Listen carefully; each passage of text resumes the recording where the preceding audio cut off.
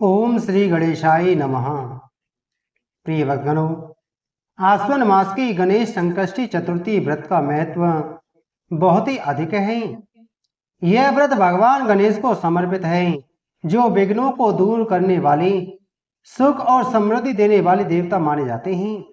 इस दिन श्रद्धा पूर्वक व्रत और पूजा करने से जीवन में सभी संकट दूर होते हैं और मनोकामनाएं पूर्ण होती हैं।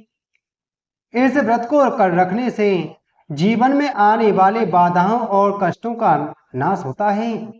इसे संकटाहरण चतुर्थी भी कहा जाता है, यानी जो व्यक्ति व्रत करता है उसकी विपत्तियां गणेश जी की कृपा से दूर होती हैं। गणेश जी की आराधना से घर परिवार में सुख शांति, समृद्धि और धन धान्य की प्राप्ति होती है। व्रत में खास महत्व रात्रि में चंद्रमा को अर्घ देने का है। माना जाता है कि चंद्रमा को पूजन एवं अर्घ देने से विशेष पुण्य प्राप्त होता है।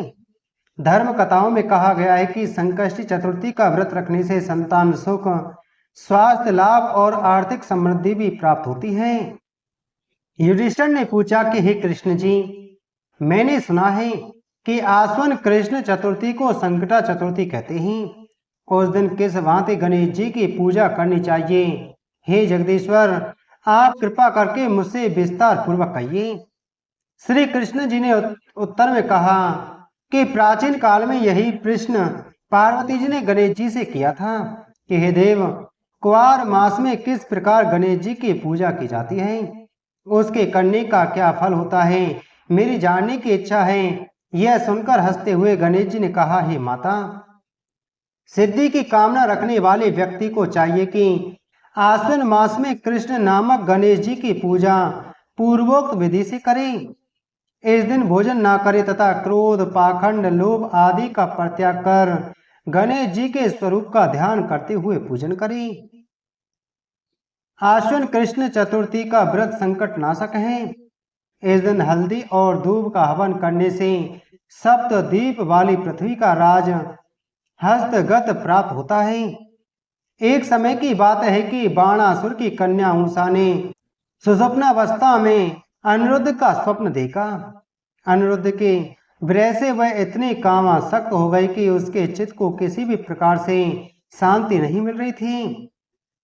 उसने अपनी सहेली चित्रलेखा से त्रिभुवन के संपूर्ण प्राणियों के चित्र बनवाए।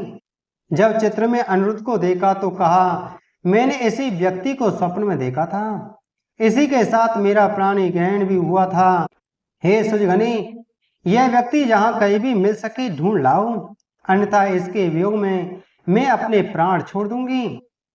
अपनी सखी की बात सुनकर चित्रलेखा अनेक स्थानों में खोज करती हुई द्वारकापुरी में आ पहुंची।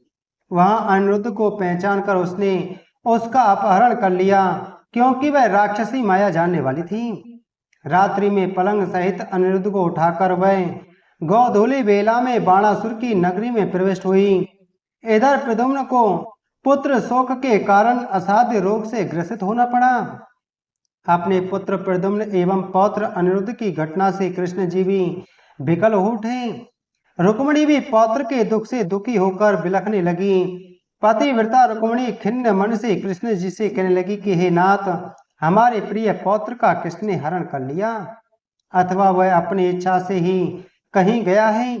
मैं आपके सामने शोकाकुल हो अपने प्राण छोड़ दूंगी। रुक्मिणी की ऐसी बात सुनकर श्री कृष्ण जी यादवों की सभा में उपस्थित हुए। वहां उन्होंने परम तेजस्वी लोमस ऋषि के दर्शन किए।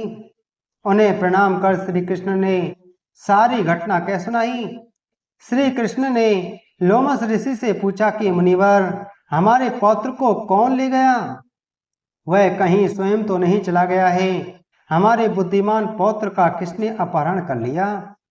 यह बात मैं नहीं जानता हूँ। उसकी माता पुत्र वियोग के कारण बहुत दुखी है। कृष्ण जी की बात सुनकर लोमस मुनि ने कहा, महर्षि लोमस जी ने कहा कि हे कृष्ण, बाणासुर की कन्या ऊषा की सहेली चित्रलेखा ने आपके पौत्र का हरण किया है और उसे बाणासुर के महल में छिपा कर रखा है। यह बात नारद जी ने बताई है। आप आश्विन मास के कृष्ण चतुर्थी संकटा का अनुष्ठान कीजिए। इस व्रत के करने से आपका पौत्र अवश्य ही आ जाएगा। ऐसा कहकर मुनि वन में चले गए। उन्होंने संकटा व्रत करने का उपदेश दिया। श्री कृष्ण जी ने लोमस ऋषि के कथनानुसार व्रत किया। हे देवी, इस व्रत के प्रभाव से उन्होंने अपने शत्रु बाणासुर को पराजित कर दिया। यद्यपि उस भीषण युद्ध में मेरे पिता शिवजी ने बाणासुर की बड़ी रक्षा की, फिर भी वह परास्त हो गया। भगवान कृष्ण ने कुपित होकर बाणासुर की सहस्त्र भुजाओं को काट डाला। ऐसी सफलता मिलने का कारण व्रत का प्रभाव ही था। श्री गणेश जी को प्रसन्न करने तथा संपूर्ण विघ्नों को समन करने के लिए इस व्रत के समान दूसरा कोई व्रत नहीं है।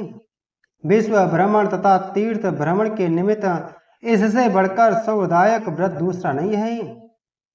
श्री कृष्ण जी कहते हैं कि हे राजन, संपूर्ण विपत्तियों के विनाशार्थ इस व्रत को अवश्य ही करना चाहिए।